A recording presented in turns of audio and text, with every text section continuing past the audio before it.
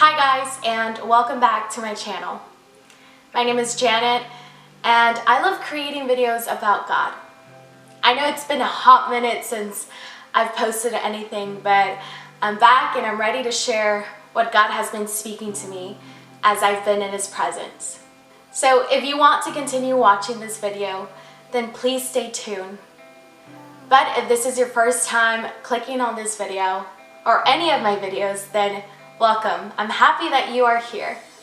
Alright, you guys, I'm gonna get straight into it. As you all may have noticed, I have not posted anything for over a year now. And one of the main reasons for that is that I feel unqualified to do this. And I felt compelled to share this with you guys. It's quite often that I feel like I must be perfect or have my life together in order to share the gospel. But I'm here to tell you guys that God requires zero qualifications in order to be used by God. The only thing that He wants is a willing heart. I know that there are a good amount of you that are feeling the same thing that I'm feeling at this moment. And it's one of the main reasons I believe that it was important for me to share this message with you guys. And there's some good news to this, because we're not going to be the first, neither the last, to ever feel this way. In the Bible, in Exodus, we are introduced to Moses. And to just give you a little insight about who Moses is a man who is feeling unqualified for the job that God has called him to do. You see, Moses is the designated man that God has called to lead His people out of Egypt. In Exodus 3:10, God tells him what he needs to do. And He says, "Now I am sending you to the king of Egypt so that you can lead my people out of his country." God calls Moses to lead His people out of Egypt into the promised land. Moses, in his unbelief and his uncertainty, requires a lot of reassurance from God.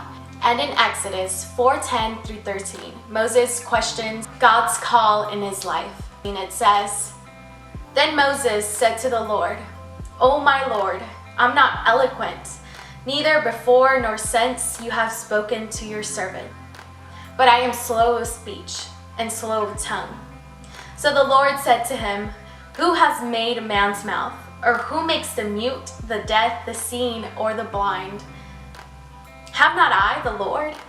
Now therefore go, and I will be your mouth, and I will teach you what you shall say.'" You see, Moses responds with an excuse. And he says that he is slow of speech and slow of tongue, saying that he's unqualified to do what God is calling him to do. We see here that fear has taken over Moses' life, although God has already told him what to do and how to do it. If we're not careful, we will let fear run our lives. And that's exactly what Moses is allowing fear to do in his life. Fear is triggered by control, or the lack of control. Essentially, we feel fearful in situations where we lack power. And I believe it's one of the main reasons Moses was afraid. But there's good news, because fear is just an emotion. What most of us don't know is that Moses has been groomed from the day that he was born for his calling. From the beginning, Moses was placed directly into Pharaoh's household to prepare him and equip him for the task. There in Pharaoh's household, Moses acquired all the wisdom from the Egyptians, and he was mighty in his words and deeds. It says in Acts 7:22, we are revealed that in fact, Moses has everything he needs to lead the Israelites to the promised land. Therefore, making his response to God in Exodus 4:10 through 13 untrue. Moses' response to God is quite comical, because from the outside looking in, as the reader, we in fact can see that Moses has everything he needs to be able to lead the people into the promised land. But Moses' response to God is also very common, because how many times has God called us to do something, and when He calls us, we come up with a million excuses of why we cannot do it. Can I tell you something? If God has called you to do something, not only has He equipped you, prepared you, qualified you, ordained you, created you, and chosen you, but ultimately He has already given you everything you need to be able to complete what God has called you to do. But God is so divine that He gives us the opportunity to answer or decline His call. It reminds me of the time that I went to my little cousins Catherine and Enrique's birthday party. The kids, which range from ages 4 to 8, were playing soccer outside. So I decided to go watch them play. I thought it was quite funny seeing them play. But what began as fun slowly turned into tears for the birthday girl. Catherine, the birthday girl, began to get upset because she couldn't kick the ball. A side note, this was her first time playing soccer, so obviously, how was she supposed to know how to kick the ball? I thought it was funny, but as she began to run and hide behind a tree, I went after her and I asked her what was wrong. And she simply said, with an upset voice, "I can't kick the ball." And I told her, "It's okay if you can't kick the ball, but do you want to go ahead and try again and attempt to kick the ball one more time?" And her answer was no. This is a simple yet real metaphor of our lives. Why is it that we give up when life gets hard or when we can't kick the ball? I continued to talk to her in hopes of motivating her to continue to play. And I told her, you can't give up just because you can't kick the ball.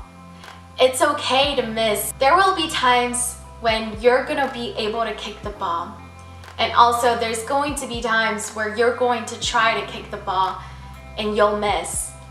And that's okay. And I continued to tell her the important thing is that you continue to play, regardless if you fail and you miss. What matters is that you try. And just like children, we give up when we can't kick the ball or when we don't see results come to pass. But the one thing that God promises us is that He will never leave us. In Deuteronomy 31:8, He says, "It is the Lord who goes before you. He will be with you. He will not leave you or forsake you. Do not fear or be dismayed." Can I tell you something? God will never call you to do anything He doesn't believe that you cannot do. So this is good news. So if you believe and you know in your heart that God has called you to do something, then go for it and do it. Because if He is calling you, then guess what? Then that means that you have what it takes to carry out what God is calling you to do. When God called out Moses in the burning bush, Moses began to doubt, just like any of us would. In Exodus 11-12, Moses says, "Who am I that I should go to Pharaoh, and that I should bring the children of Israel out of Egypt?" So God said, "I will certainly be with you, and this shall be a sign to you that I have sent you. When you have brought the people out of Egypt, you shall serve God on this mountain." Moses, again being doubtful and feeling unqualified, needed reassurance from God. He told God, "And when they say to me, 'What is His name?' what should I say to them?" And God said to Moses, "I am who I am." And Moses, in perfection, God reassured him that he wasn't going to carry out this task alone. God replies to Moses in one of the most perfect ways. He says, "I am who I am," which initially means the becoming one. God's response to Moses means, "I am who you need me to be at that present moment," or "I am who they need me to be at their present moment." This is good news because God is so concerned about us that He is willing to become whatever we need at that present moment of our life. The name I Am invites us to fill in the blank in our time of need. When we are in darkness, Jesus says, "I am the light." When we are hungry, He says, "I am the bread of life." When we are defenseless, He says, "I am the good shepherd." God is the becoming one, becoming what we need. So in your imperfection, in your time of need, God is telling you, I am everything you need me to be. You don't have to have it all together in order to do what God is calling you to do.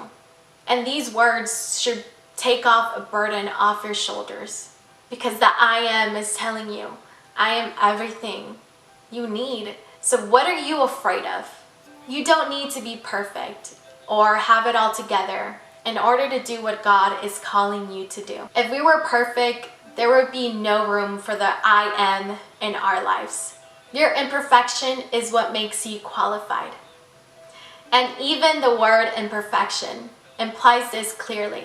You see, the word imperfect wouldn't be complete without the two words I and am. The I am is saying to you, I am who makes you perfect. So there in your imperfection, just know that you are perfect because the I am is saying so. And it's crazy to think that even the word imperfect says it so clearly. God doesn't call perfect people. And I believe that He did this specifically. If you're imperfect, just know that the I am is willing to use your imperfection. He's willing to use your imperfection so that He can reveal Himself through you. Imagine a life where everything was perfect. There would be no need for God. And simply, He created us imperfect so that the I am can fill in that gap and make us perfect.